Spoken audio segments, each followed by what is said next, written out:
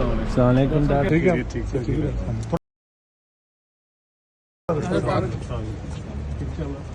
سب کیا حال ہے ٹھیک سر جی مہربان تھوڑا ان شاء اللہ پیٹ میں بات کر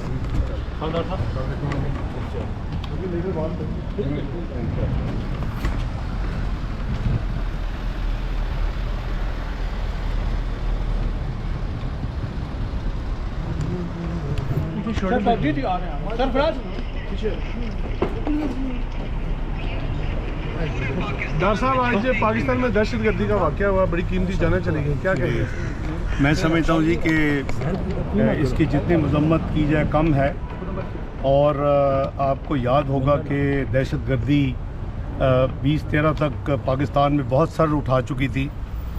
کراچی میں 8 بجے کے بعد گھر سے باہر نکلنا ناممکن تھا, اور بات ہوتی تھی ساری دنیا میں جہاں ہم جاتے تھے, بات ہوتی تھی کہ کیا پاکستان میں کبھی دہشت گردی کے خلاف میننگ فل جنگ اور کوشش ہوگی. الحمدللہ آپ کو یاد ہوگا کہ جب ہم نے سب سے پہلے معیشت کی بحالی کے لیے کام شروع کیا, اور اس کے ساتھ ساتھ ہم نے 18 گھنٹے کی لوڈ شیڈنگ کو اپنے 5 سالہ دور میں ختم کرنے کے لیے میاں نواز شریف صاحب کی قیادت میں کام کیا, تو اس کے ساتھ ہم نے سپٹمبر سے کراچی کے جو مسائل تھے دہشت گردی والے, میاں نواز شریف صاحب نے درجنوں میٹنگ کی اس کے اوپر. میں کئی میٹنگوں خود بھی ان کے ساتھ شریک ہوا, اور پھر 2014 میں مجھے یاد ہے بجٹ پاس ہو چکا تھا, تو دہشت گردی کے خلاف ایک فیصلہ ہوا کہ دہشت گردی کے خلاف ضرب عضب کی جنگ لڑی جائے. یہ نیشنل سیکورٹی کمیٹی میں یہ فیصلہ ہوا, اور یہ کوئی آسان کام نہیں تھا, یہ بہت خرچے کا کام تھا, لیکن بہت بہادری کا کام تھا.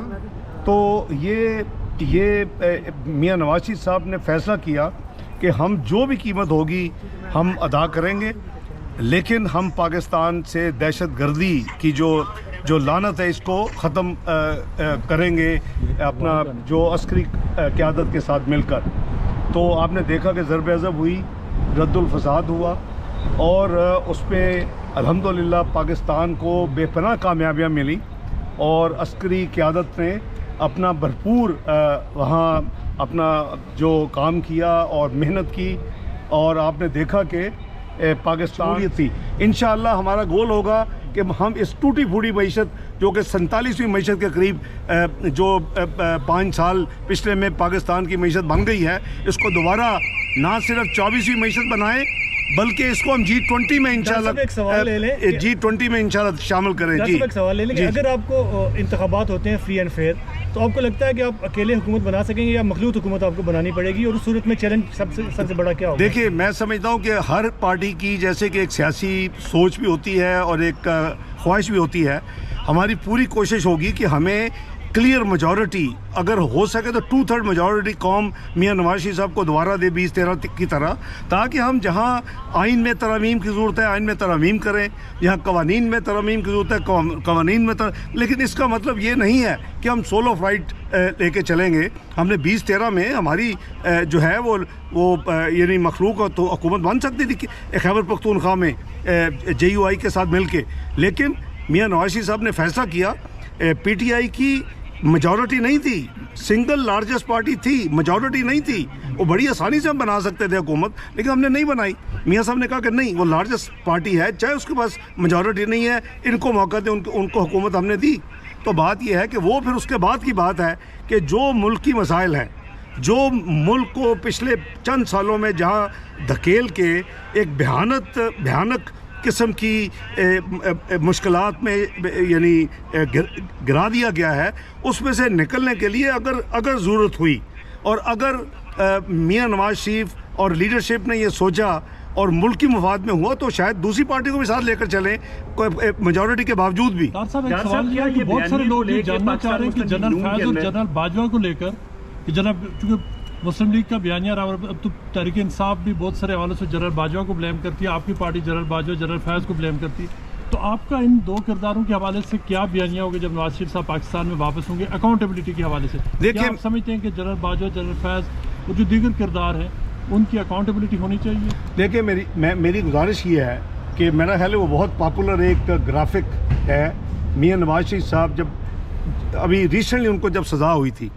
آپ کو یاد ہوگا، میں 2017 کی بات کر رہا ہوں، اور وہ آسمان کی طرف دیکھ رہے ہیں، اور ان کا وہ میڈیا کے سامنے انہوں نے کہا تھا کہ میں اپنا معاملہ اللہ کے سپرد کرتا ہوں۔ میرے نزدیک وہ ہے میاں نواز شریف کا دل، اور وہ ہے میاں نواز شریف صاحب کی سوچ، اور یہ دو آپ کے پاس چوائسیز ہیں، آپ ملک کو ٹھیک کرنے میں لگ جائیں یا آپ اپنے انتقام اور ان چیزوں کے سیٹلمنٹ میں لگ جائیں۔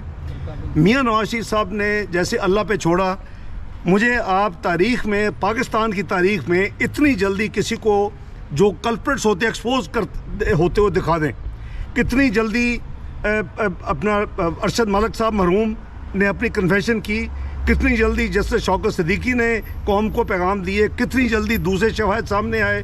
تو یہ ساری چیزیں جو ہیں، جب معاملہ میاں نواز شریف صاحب نے اللہ پہ چھوڑا تو اللہ تعالیٰ کی ذات تو پھر ان اللہ علی کل شیء قدیر، ہر چیز پہ قادر ہے۔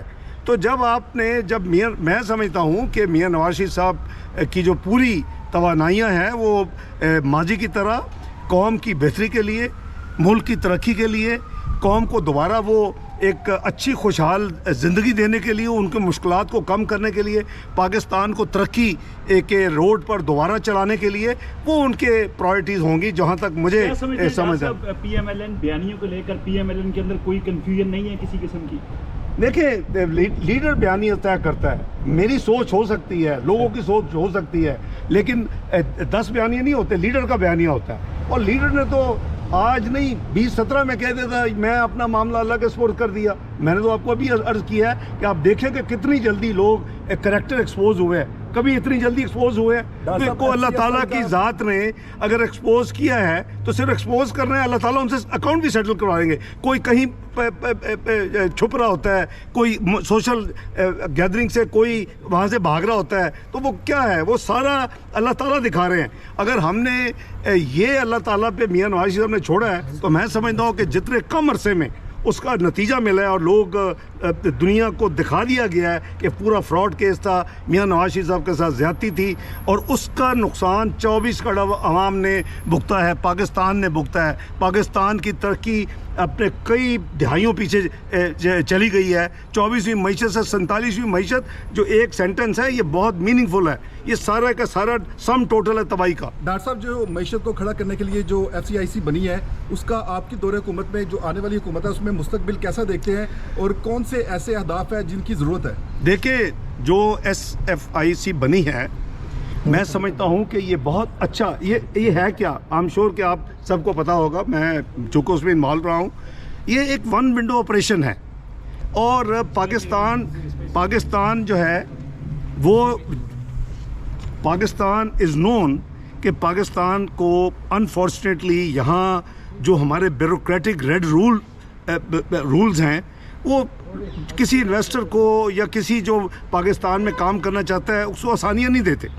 یہ جو ایک فورم بنایا گیا ہے قانون کے تحت اور بورڈ آف انویسٹمنٹ کے لاء کا حصہ ہے اس وقت، اس کا مین مقصد یہ ہے ٹو فیسیلیٹیٹ، جیسے اس کے نام سے بھی ظاہر ہے، اسپیشل انویسٹمنٹ فیسیلیٹیشن جو ہے کونسل۔ تو اس میں چونکہ تمام سٹیک ہولڈرز بھی موجود ہیں، تو میں سمجھتا ہوں کہ اور اس کے لیے جو ایک وہیکل چاہیے تھی، میں آپ کو یہ کلیئر کر دوں، وہ بن چکی ہے، وہ ہے پاکستان سوورن ویلتھ فنڈ۔ وہ جو پاکستان سوورن ویلتھ فنڈ بنا ہے، وہ اس کے نیچے آپ ایگریکلچر سب فنڈ بنا سکتے ہیں، اور بنائیں گے انشاءاللہ، اللہ نے موقع دیا۔ اس کے نیچے آپ منرلز کی انویسٹمنٹ کے لیے سب فنڈ بنا سکتے ہیں، اس کے نیچے آپ IT کے لیے بنا سکتے ہیں، اس کے لیے آپ اسمال اینڈ میڈیم انٹرپرائزز کے لیے بنا سکتے ہیں، اور بنے گئے۔ یہ پلان تھا، اور یہ جو قانون ہے یہ دنیا میں 60 ملکوں میں سوورن ویلتھ فنڈ کنٹریز نے بنائے ہیں۔ انڈونیشیا نے یہ فنڈ بنایا، ٹیک آف کر گیا انڈونیشیا، تمام مشکلات ہماری طرح تھی، اس کی بھی آج سے چند سال پہلے وہ اس پہ نکل گیا ہے۔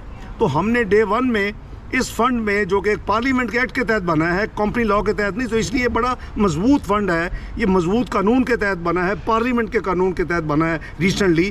اس فنڈ کی ڈے 1 کے اوپر ہم نے جو اس پہ ایسٹس ڈالے ہیں وہ پاکستان کے 2.3 ٹریلین روپیز ہیں آج کی ویلیو، جو کہ $8 بلین ہے۔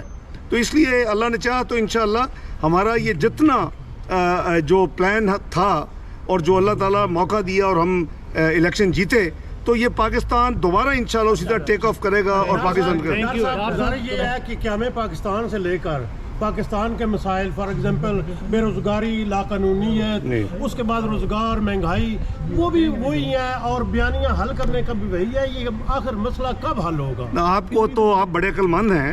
یہ 24ویں معیشت بنی تو مسئلہ حل ہو گیا تھا نا. 2% انفلیشن تھی، مہنگائی تھی فوڈ کی، 4% جنرل انفلیشن تھی. تو آپ کو کھڑے ہونا چاہیے تھا نا کہ یہ کیا پنگا لے رہے ہو. جو بھی لے رہے تھے پاناما اور ڈاؤن کا تو نہیں ہونے دینا تھا نا بھائی. یہ جب ایسے جو تجربے ہوں گے، پروجیکٹ 2011 آئی کے پروجیکٹ آئے گا تو پھر یہی ہوگا جو ہم نے دیکھا ہے. دوبارہ مساق جمہوریت کی طرف جانا ہے. مساق جمہوریت پہ عمل ہو چکا ہے. اس کی ایک دو صرف آئٹم ہے جس پہ جو نہیں تھا، کانسٹیٹیوشنل کوڈ تھا اور ایک آدھ اور آئٹم تھی، وہ ہو چکا ہے. اس کو 21 اکتوبر کو میاں صاحب کی واپسی کنفرم ہے جی. انشاءاللہ 21 اکتوبر کو میاں صاحب واپس جائیں گے جی. ڈاکٹر صاحب آپ کب جا رہے ہیں؟ میں بدھ کی بجائے کل جا رہا ہوں جی واپس. سر ایک سوال میرا لے لیں گے پلیز. جی. سر آپ کی میں نے ساری باتیں سن کے مفہوم نکالا ہے کہ آپ لوگ پاکستان کی ترقی کے لیے کام کریں گے اور جن لوگوں نے پاکستان کو پیچھے دھکیلا ہے اس کا انتقام اللہ لے گا. ہاں that's fine. Well worded. Okay. پھر خان صاحب کا معاملہ بھی اللہ پہ چھوڑ دیں. 10 کو اب نائب حاضر ہوں گے. یہ فراڈ کیس ہے اور یہ کیس میں یہ بیسیکلی میں نے 20,000 ٹیکس ریٹرن نہ دینے کا کیس ہے. یہ جج صاحب نے اس میں کیٹیگورک لکھا کہ واجد ضیاء نے آ کے لکھایا کہ ہم نے ایف بی آر سے چیک ہی نہیں کیا.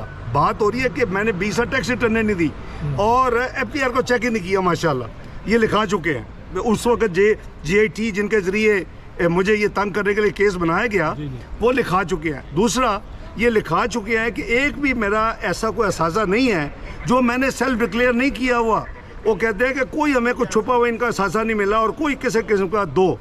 تیسرا انہوں نے یہ کہا کہ پروسیکیوشن نے، یہ جج صاحب کے آرڈر کی بات کر رہا ہوں جب یہ کیس ختم ہوا تھا، یہ 9A4 جو کہ ہوتا ہے مس یوز آف پاورز، آپ کو یاد پتہ ہی ہے، اور 9A5 ایسٹ بیونڈ می، انہوں نے کہا کوئی ثابت نہیں ہوا. اس کے بعد چونکہ ترمیم آ گئی تو انہوں نے کہا میں اس جج صاحب نے اپنے آرڈر میں لکھا میں اس کیس کو کلوز کر رہا ہوں اور اس کو میں داخل دفتر کر رہا ہوں. اب میں ان سے توقع کرتا ہوں کہ اب وہ اپنا فیصلہ بھی دیں گے کہ میں آنریبلی اکوٹ کے لفظ بھی استعمال کریں گے تو کوئی مسئلہ نہیں انشاءاللہ. کیونکہ الحمدللہ میں نے کبھی زندگی میں 20 منٹ ٹیکس ریٹرن ڈیلے نہیں کی. نمبر 1. نمبر 2, اسی کیس کو عمران خان نے انٹرپول میں بھی بھیجا تھا اگر آپ کو یاد ہو، میرے ریڈ وارنٹ کے لیے، اور UK کو مجھے ایکسٹراڈائٹ کے لیے بھیجا تھا. میں نے وہی ریٹرنیں 20 سال کی ان کو بھی بھیجی تھی، ان کو بھی بھیجی تھی. اسی انٹرپول نے مجھے کلیئرنس سرٹیفکیٹ بھیجا کہ آپ ہماری طرف سے بالکل معصوم ہیں اور جہاں چاہے ٹریول کر سکتے ہیں، ہم آپ کا بالکل ریڈ وارنٹ ایشو نہیں کر رہے، اور پاکستان کو انکار کیا تھا. اسی کے تحت انہوں نے کوئی مجھے ایکسٹریڈیشن کے لیے کوئی یعنی ٹریگر نہیں کیا میرا پروسیس. تو میرا مطلب الحمدللہ اللہ تعالیٰ کی ذات دیکھنے والی. Thank you very much. Thank you. Thank you. Thank you very much. Doctor صاحب بہت شکریہ. Have a nice lovely evening. Ticket لگ گیا نہیں لگا. ڈاکٹر صاحب